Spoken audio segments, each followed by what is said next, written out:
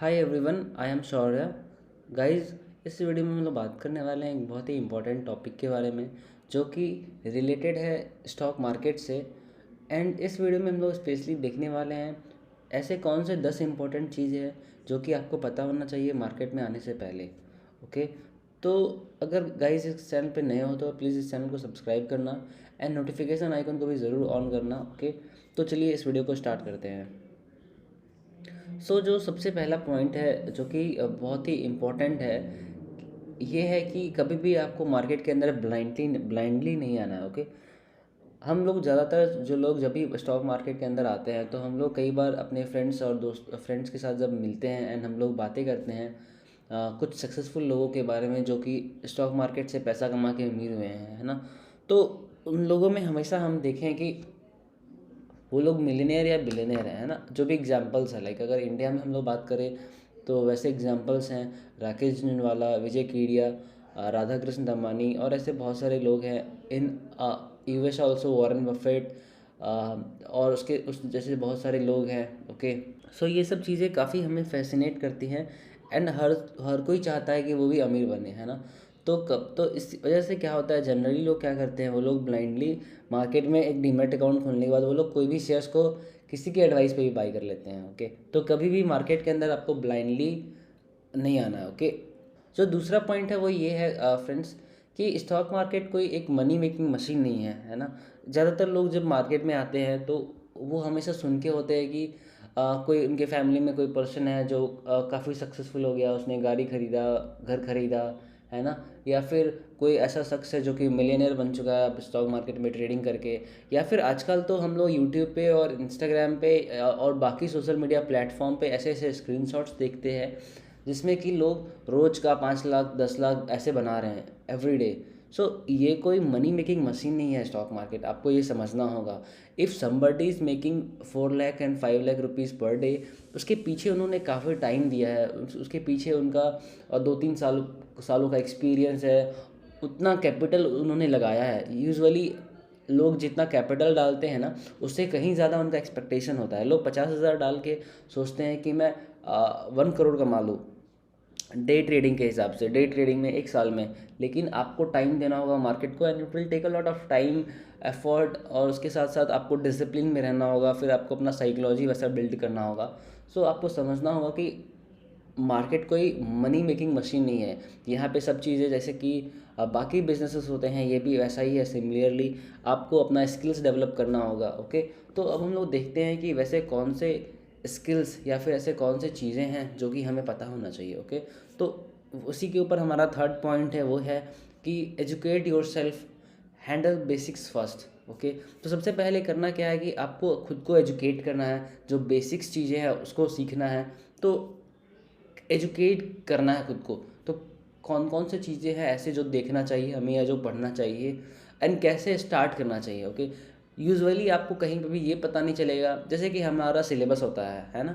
हम जब हमारा एजुकेशन स्टार्ट हुआ तो हर एक क्लास में हमारा सिलेबस होता है कि ये साइंस का चैप्टर है, चैप्टर 1, चैप्टर 2 और चैप्टर 10। तो सब सीक्वेंस में होता है। बट मार्केट के अंदर जब कोई आता है तो उसको सीक्वेंस में कुछ भी नहीं मिलता, है ना। कभी कोई पर्टिकुलर स्ट्रेटजी सीख लिया, कभी कोई पर्टिकुलर स्ट्रेटजी, उसके बाद पता चला कि अरे हाँ, इसके पीछे का कुछ लॉजिक है, ट्रेंड लाइन ब्रेकआउट या फिर प्राइस एक्शन। सीक्वेंस क्या है, तो ये है वो 4 स्टेप्स जिसको कि आप 1 बाय 1 करके सीखो। तो पहला जो है वो ये है कि सबसे पहले आपको फंडामेंटल एनालिसिस सीखना है। एंड फंडामेंटल में जो फाइनेंशियल रेशियोज़ हैं स्पेशली, जैसे कि P ratio, earning per share, return on equity, return on capital employed, return on assets, इस टाइप की जो भी फाइनेंशियल मेट्रिक्स या फिर फाइनेंशियल रेशियोज़ हैं वो सीखना है आपको। ओके, दूसरा सीखना है आपको स्टॉक सिलेक्शन मेथड और टाइमिंग, कौन सा टाइम फ्रेम पे आप ट्रेड करें। ओके, तो ये बेसिकली आएगा फंडामेंटल एंड टेक्निकल एनालिसिस के बारे में। तो सबसे पहले फंडामेंटल एनालिसिस सीखिए, उसके बाद टेक्निकल एनालिसिस सीखिए। ओके, एंड एक और चीज़, अभी जैसे हम लोग स्टॉक सिलेक्शन पिकिंग करते हैं तो हम लोग मोस्टली क्या करते हैं, कोई टेलीग्राम चैनल से स्टॉक उठा लिया, कोई यूट्यूब से स्टॉक मिल गया, या फिर कोई बिजनेस एनालिस्ट कोई स्टॉक सजेस्ट कर दिया। सो दे सो ये सब स्टॉक सिलेक्शन मेथड आपका बिल्कुल भी नहीं होना चाहिए। आपको खुद से आपको अपना एक स्टॉक सिलेक्शन मेथड डेवलप करना होगा। ओके, एंड जो थर्ड जो इम्पोर्टेंट चीज़ है वो ये है कि आपको ट्रेडिंग का जो बेसिक्स है, ट्रेडिंग का बेसिक्स बोले तो खुद का अपना एक रूल डेवलप करना कि मैं एक ट्रेड या दो ट्रेड करूँगा केवल, ओके। दूसरा जो एक और कॉमन सा जो लेकिन बहुत इंपॉर्टेंट चीज़ है ये है कि आपको जो ट्रेडिंग का जो टर्मिनोलॉजी है, लाइक कि मार्केट ऑर्डर का type, okay, like limit order, stop loss, trailing stop loss limit order. Trailing stop loss यहाँ पे बहुत इंपॉर्टेंट चीज़ है, क्यों?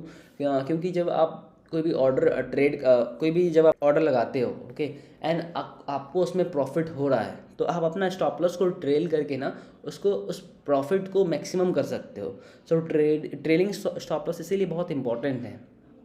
एंड अदर टाइप ऑफ जो चीज़ें होती है लाइक मार्जिन मनी और हेजिंग, ये सब चीज़ें अगर आपको एफ करना है तो फिर एफ के लिए आपको मार्जिन मनी, हेजिंग एंड उसमें जो स्प्रेड स्ट्रेटजी होती हैं वो सब सीखना होगा एफ के लिए, ओके।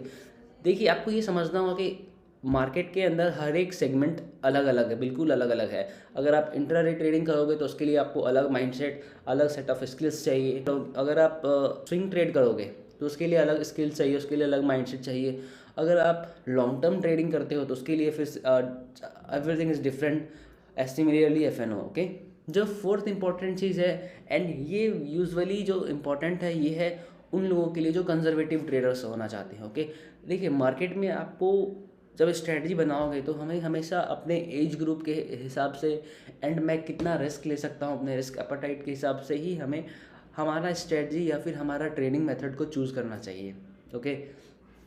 तो जो कंजर्वेटिव इन्वेस्टर्स बनना चाहते हैं, जो कि लॉन्ग टर्म गेम प्ले करना चाहते हैं, उनके लिए और पोर्टफोलियो तो हर कोई बनाता है, तो इसके लिए ये बहुत इंपॉर्टेंट है ये चीज़ें समझना कि inflation, GDP, physical deficit, crude prices, rupees dollar के साथ जो रुपीज़ एंड डॉलर का जो चार्ट होता है, जब वो मूवमेंट करेगा तो फिर मार्केट के अंदर कैसा मोमेंटम आएगा, ओके। जो लोग पैसा लॉस इसीलिए करते हैं मार्केट के अंदर बिकॉज कि वो लोग सिंपली जंप कर देते हैं मार्केट के अंदर बिना इकोनॉमिक और बिना इन्वेस्टमेंट मार्केट साइकिल को समझे हुए, ओके। तो मार्केट में हमेशा एक साइकिल चलता है, एक बेयर एंड बुल फेस का, ओके। एंड इकोनॉमी में भी सेम चीज़ें होती है, कभी कभी रिसेशन का टाइम चलता है एंड कभी कभी मार्केट बुल रन के अंदर होता है। फिर आपको ये सब चीज़ें समझना होगा एंड तो ये प्रोसेस है, इसको फॉलो करना आपको, first step, second step and third step, तो आपको बहुत ज़्यादा आइडिया मिल जाएगा इन सारी चीज़ों के बारे में, ओके। तो जो हमारा जो नेक्स्ट पॉइंट है वो है fourth, which is invest only your surplus fund, okay. ज़्यादातर लोग गलती क्या करते हैं स्टार्टिंग में जब आते हैं मार्केट के अंदर, तो वो अपना मैक्सिमम अमाउंट मार्केट में लगा देते हैं, कोई भी पर्टिकुलर स्टॉक में लगा देते हैं। ये सबसे बड़ा मिस्टेक हो सकता है किसी के ट्रेडिंग के अंदर, ओके। हमेशा जो आपके पास सेविंग्स है उसको हमेशा इन्वेस्ट करो, है ना। कभी भी मार्केट के अंदर वैसा पैसा को मत लॉस करो जिसको आप अफोर्ड नहीं कर सकते हो लॉस करना, क्योंकि आपके लिविंग के ऊपर कभी भी प्रॉब्लम नहीं होना चाहिए, है ना। ज़्यादातर लोग सोचते हैं कि मैं फुल टाइम ट्रेडर बन जाऊँ एंड वो प्रॉफिटेबल नहीं होते हैं। तो पहले सीखने पे फोकस करो एंड स्टार्ट करो अपने सरप्लस फंड से, जिसको कि अगर आप लूज़ करते हो तो फिर आपको कोई मेंटल डिप्रेशन टाइप नहीं होगा, ओके।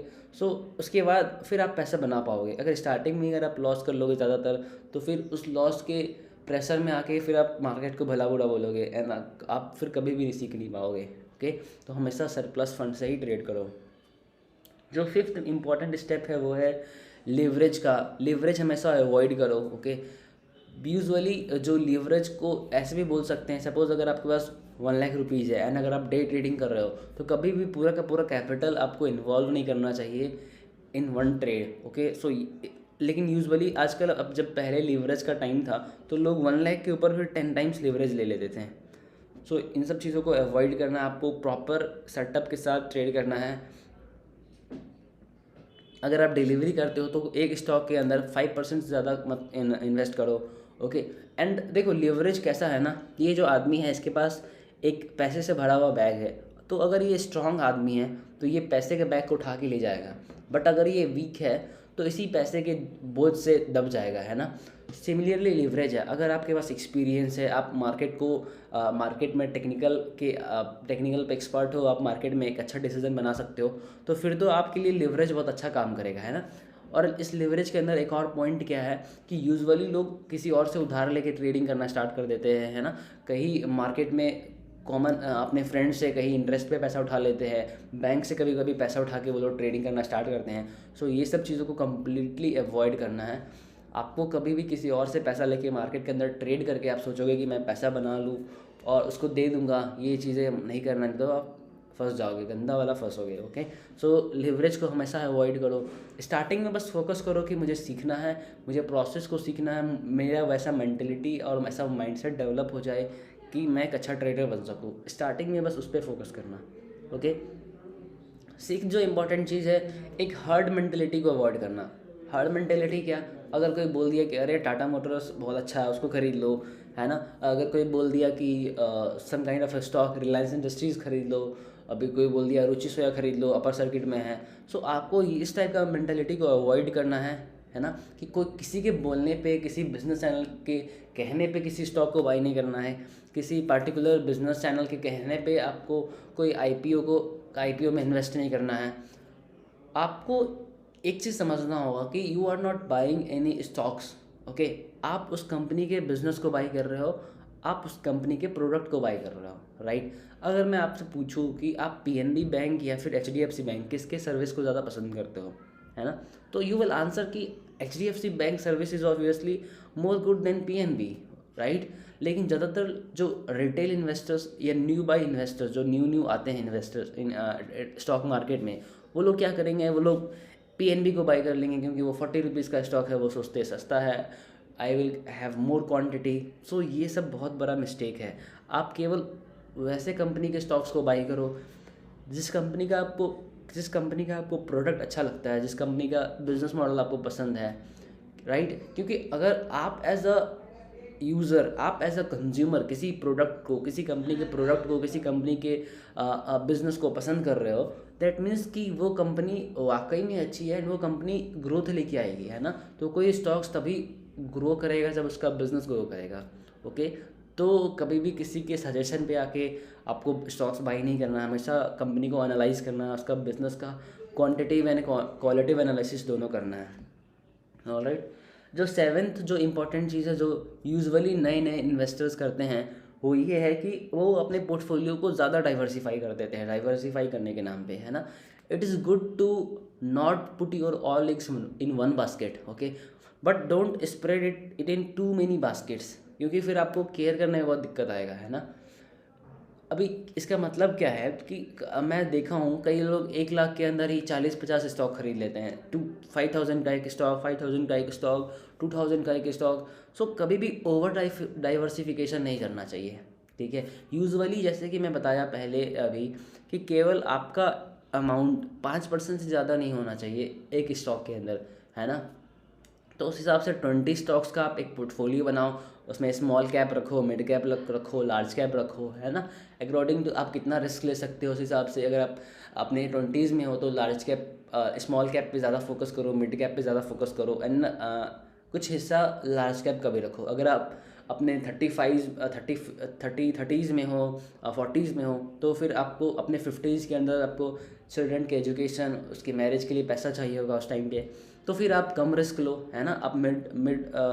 आप म्यूचुअल फंड में इन्वेस्ट करो, आप इंडेक्स फंड में इन्वेस्ट करो, कुछ ब्लू चिप्स में इन्वेस्ट करो। तो इस हिसाब से ट्रेडिंग प्लान होगा, इस हिसाब से इन्वेस्टमेंट प्लान होता है ना, कि हर कोई फ्यूचर्स एंड ऑप्शंस के अंदर आके ट्रेडिंग करना स्टार्ट कर दे, हर कोई कमोडिटी में आके ट्रेड करना स्टार्ट कर दे।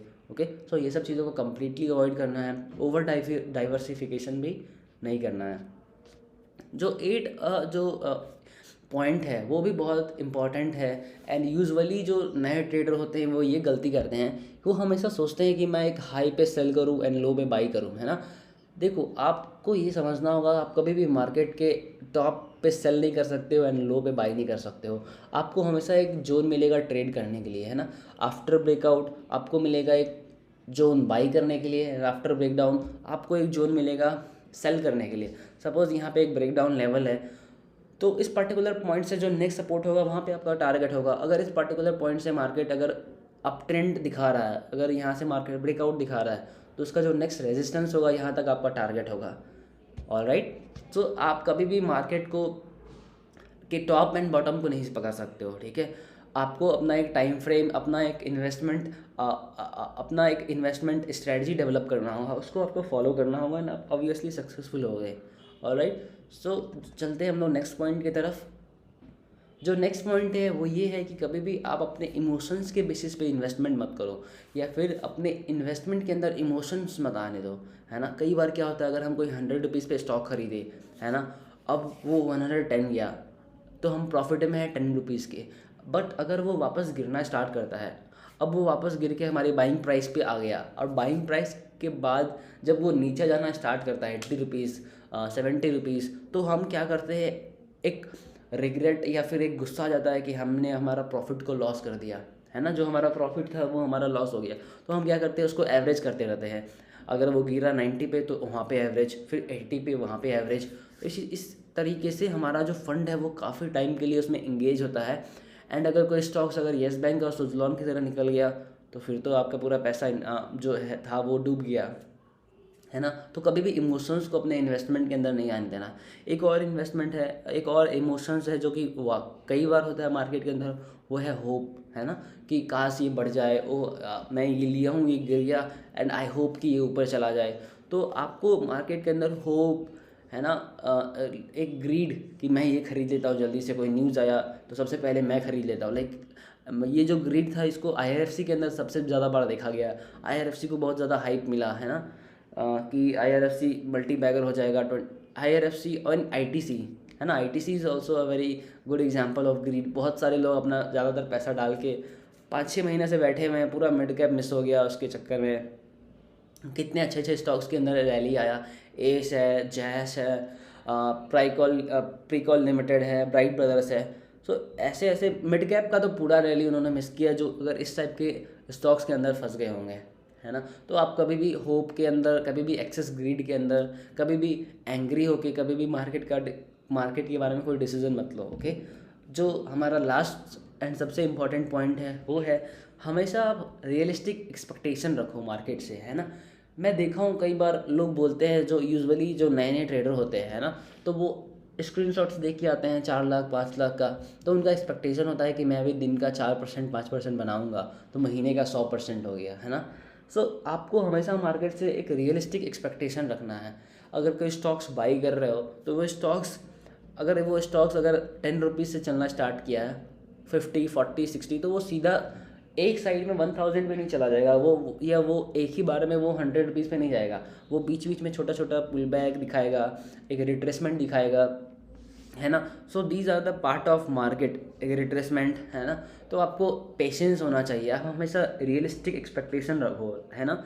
ओके, सो ये सब चीज़ें बहुत इंपॉर्टेंट थी जो जो भी मैंने 10 पॉइंट्स बताया, एंड आई होप कि आपको ये वीडियो अच्छा लगा हो, ओके। एंड इस वीडियो में आपको जो भी इंपॉर्टेंट पॉइंट लगे आप डेफिनेटली उसका नोट्स बनाओ, ओके, एंड उसको फॉलो करो। एंड ये चीज़ें साइकोलॉजिकल के पार्ट थे जो कि बहुत इंपॉर्टेंट है। अगर आप इन सब चीज़ों पे ध्यान दे दोगे ना, तो फिर आपका मैक्सिमम लॉस जो होने वाला होगा मार्केट के अंदर, उस सब से बच सकते हो आप, ठीक है। सो जब भी हमारा नेक्स्ट वीडियो आएगा तो मिलते हैं हम लोग उस टाइम पे।